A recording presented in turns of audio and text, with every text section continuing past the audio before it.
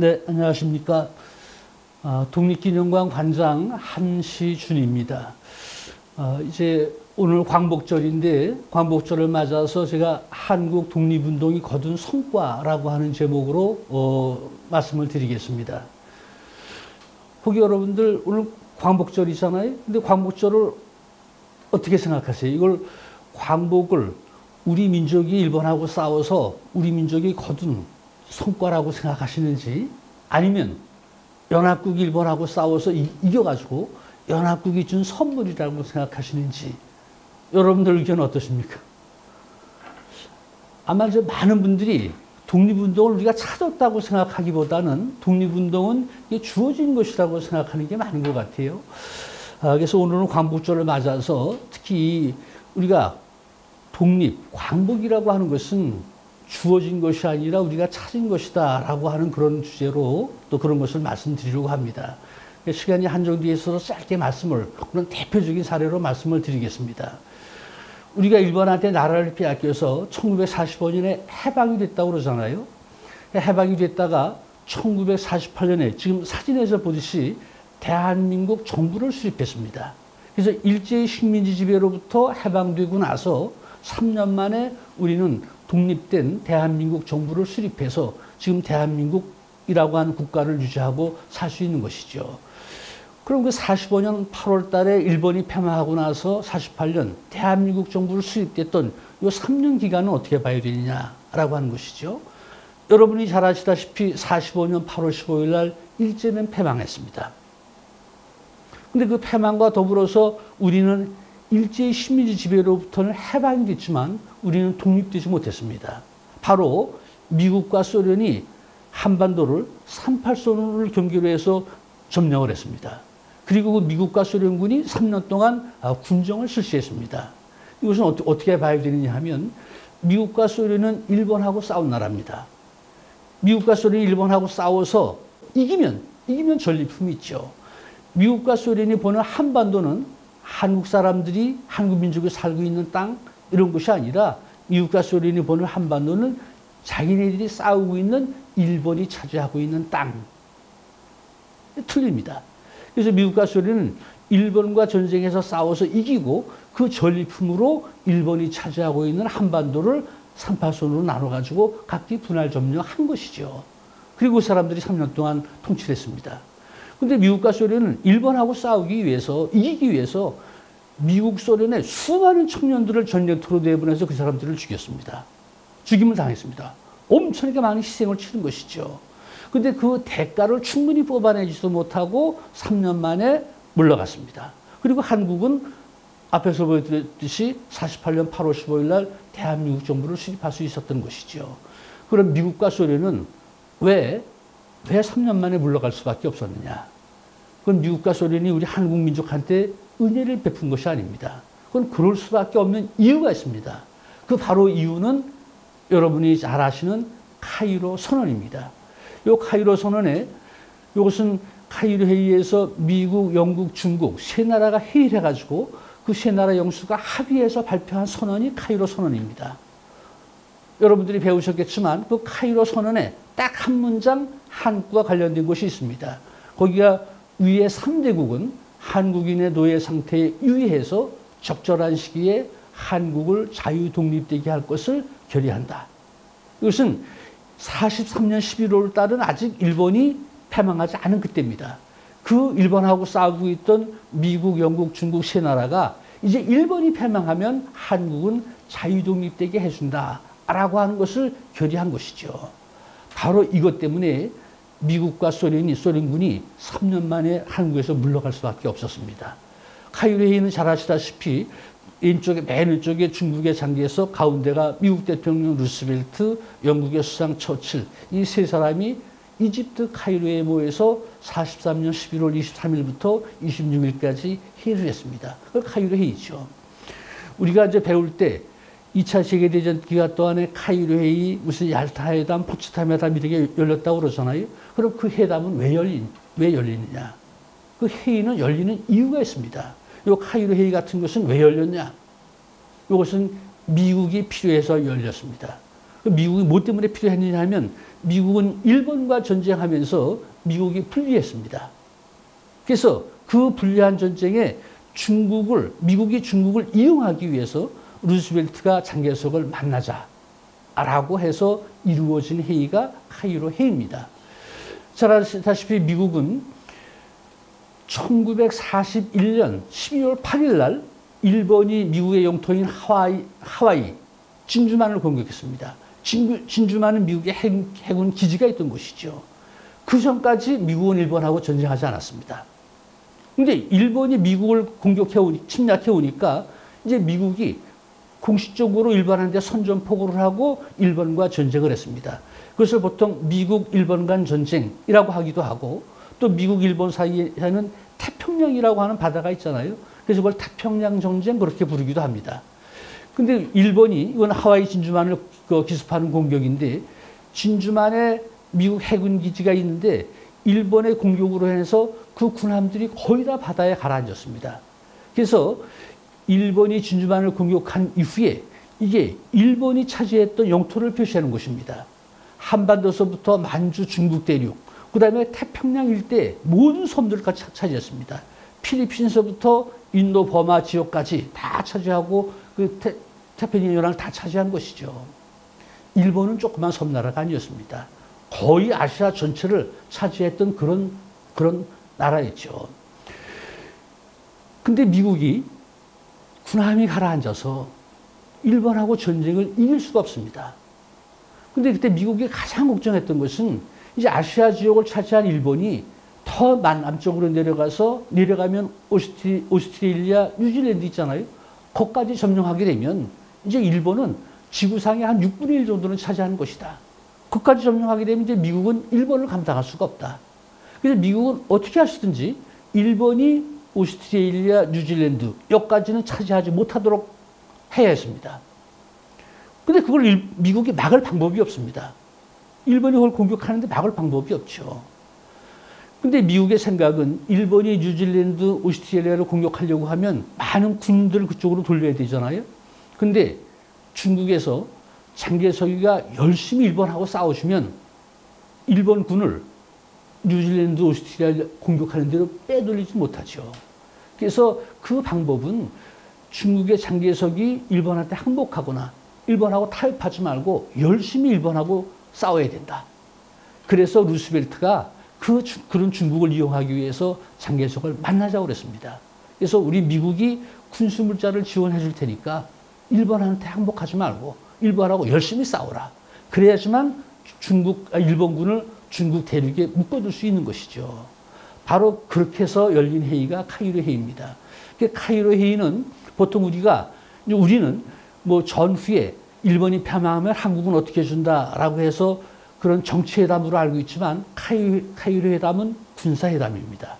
그래서 앞에 세 영수가 있지만 실제로 뒤에 있는 군인들이 카이로 회담의 주역입니다. 미국 쪽의 미국 쪽 관련 자료를 보면 카이로 회의 때 미, 영, 중 세 나라에서 뜬 별이 200개가 넘는다. 미, 영, 중의 구요 장성들, 군사작전을 지휘하는 지휘관들은 다 참석했습니다. 그래서 어떻게 하면 미국이 중국을 군사적으로 무기는 어떤 걸 대주고 군사작전은 어떤 걸 해야 중국이 일본하고 열심히 싸울 수 있다. 그런 작전을 회의하기 위한 것이 카이로 회의였습니다. 그래서 주역은 뒤에 서 있는 군인들입니다. 이 장개석은 대단한 정치가고 외교가고 그렇죠. 이 장개석이 미국이 루스벨트가 중국이 필요하다. 그래서 만나자고 하는 회의를 열죠. 그렇지만 장개석은 이번에 루스벨트를 만나면 그 대가로 중국이 뭘 차지하겠다라고 해서 카이로 회의 때 그 중국의 이해관계를 찾겠다. 많은 준비를 했습니다. 그 준비를 해서 실제로 카이로 회의에 가서 11월 23일 날 저녁에 장개석이가 루스벨트 숙소를 찾아가서 루스벨트하고 한 4시간 이상 저녁을 먹습니다. 그 저녁을 먹으면서 자기가 중국의 이해관계를 루스벨트한테 거의 다 얘기를 하죠.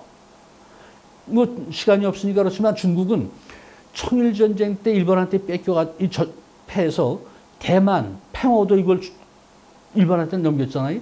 1931년에는 만주를 뺏겼잖아요. 다 중국 영토죠. 그래서 이번 일본이 패망하게 되면 일본이 중국에서 빼앗아갔던 영토는 다 중국한테 반환되도록 한다.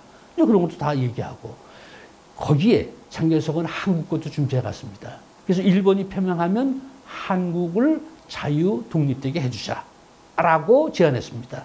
루스벨트가 거기에 대해서 동의를 했습니다. 지금 보시는 것은 카이로 회의 일지인데 그건 중국 쪽에서 카이로 회의 장개석이 중국을 떠나서부터 돌아올 때까지 날짜별로 시간대별로 중요한 사안별로 다 일지를 작성해 놨습니다. 여기에 바로 장개석이 루스벨트를 만나서 저녁에 몇 시간 동안 저녁을 먹었고 거기서 무슨 얘기를 했고 무슨 얘기에서 합의를 했고 라고 하는 것들이 다 기록이 되어 있습니다. 그래서 지금 말씀드리는 것은 바로 카이로의 일지 이 기록에 의해서 말씀을 드리는 것입니다. 그래서 11월 23일 날 저녁 한 저녁서부터 먹고서 11시 넘어서 헤어졌습니다. 그래서 그 루스벨트하고 장개석이 저녁을 먹을 때 거기에 참석했던 사람이 루스벨트 대통령 보좌관 홉킨스였습니다. 그래서 루스벨트가 저녁에 헤어지면서 장개석 보는 앞에서 홉킨스한테 지금 장개석 총통하고 나하고 간에 협의한 내용들을 다 기록을 해서 초안으로 작성을 해라. 그래서 홉킨스한테 초안을 작성하도록 지시를 합니다. 그래서 홉킨스가 11월 23일 날 카이로 선언의 초안을 작성합니다. 그 초안에 바로 일본이 패망하면 한국은 자유 독립되게 한다라고 하는 내용이 들어가 있습니다. 이제 회의에 참석한 나라가 미국, 중국, 그다음에 영국 있잖아요. 그래서 영국 쪽에도 그 카이로 회의 초안 작성한 것을 영국 쪽에도 줬습니다. 영국은 그 초안에 대해서 특히 한국의 자유 독립이 들어가 있는 데 대해서 엄청나게 반대를 했습니다. 반대하고 그걸 수정하자고 했습니다. 그 수정을 한국을 일본이 패망하면 한국을 일본의 통치에서 벗어나게 한다. 이건 장개석과 루스벨트는 일본이 패망하면 한국은 자유 독립되게 한다. 그렇게 합의를 했는데 영국은 한국을 일본의 통치에서 벗어나게 한다. 벗어나게 한다라고 하는 것이고 어떻게 한다고 하는 것이 없죠. 그래서 중국은 이미 루스벨트, 장개석 간에 합의된 내용이다. 한국은 자유 독립되게 해야 된다. 그랬더니 영국이 이 영국의 수정안을 받아들일 수 없다고 하면 합의 안 된 것이니까 한국 문제는 선언에 포함되길 수 없다. 빼버리자라고 합니다. 그 빼버리자고 하는 것을 중국의 실무 담당자였던 왕총해라고 하는 사람이 영국의 외무장관 이든 또 영국의 외무차관 카도간 또 영국의 수장 처칠을 하고 격렬한 논쟁을 벌입니다. 그래서 결국 설득을 하죠. 그래서 한국의 자유 독립은 이미 루스벨트 장개석이 합의한 내용이고 동아시아의 평화를 위해서 반드시 필요하다. 엄청나게 영국 측하고 설전을 벌입니다. 그래서 결국 영국이 합의를 해줬습니다. 합의를 해주는데 완전한 합의가 아니고 한국을 자유 독립시킨다라고 하는 앞에다가 조건을 걸었습니다. 그 조건이 바로 영어 원문으로는 in due course. 그래서 이건 처칠이 직접 써는 것이라고 직접 그렇게 표현한 것이고 in due course는 우리말로 번역하면 절차를 밟아서 순서를 거쳐서 그런 뜻으로 되는 것이죠. 그래서 영국은 끝까지 한국을 곧바로 자유 독립되지 않고 어떤 조건을 붙여서 승인을 해줬습니다. 그래서 카이로 선언에 한국의 자유 독립이라고 하는 내용이 들어가게 되는 것이죠. 우리가 왜 우리 역사 교과서를 배우면 신탁 통치 이런 문제 배우잖아요. 1945년 12월 모스크바에서 삼상회의가 열렸다. 거기서 신탁 통치가 결의됐다. 그렇게 하잖아요. 모스크바 삼상회의는 미영소 세 나라 외무부 장관이 모여서 한 회의입니다. 이것은 카이로 회의에서는 삼국의 영수들이 모여서 크게 한국을 자유독립시켜주자라고 큰 문제만 결의했죠. 그래서 실제로 일본이 패망했을 때 세 나라 영수들이 모여서 그럼 어떻게 한국을 자유독립되게 해줄 것이냐라고 하는 구체적인 방안을 논의한 것이 모스크바 삼상회의입니다.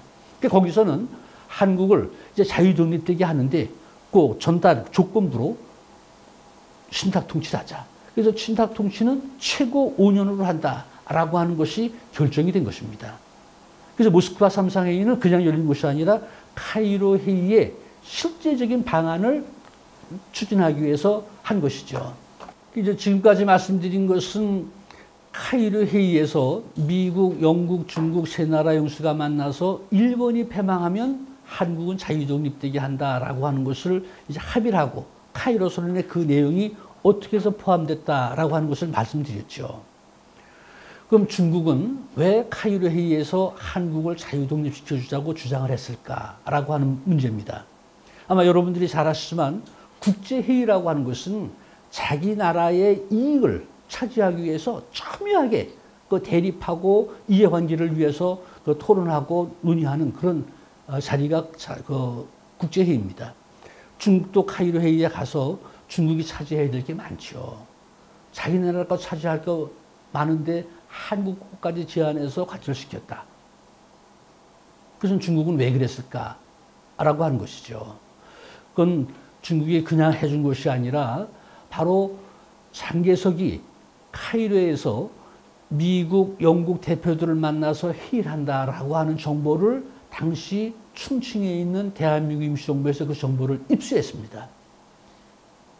그 정보를 입수하고 임시정부 요인들이 장개석을 찾아가서 면담을 했습니다.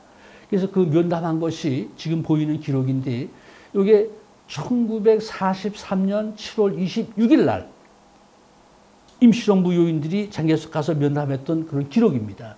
이제 제목은 총재 접견 한국 영수 담화 기호라고 하는 것이고 시간은 43년 7월 26일 날 오전 9시고 이제 한국 영수는 누가 왔냐?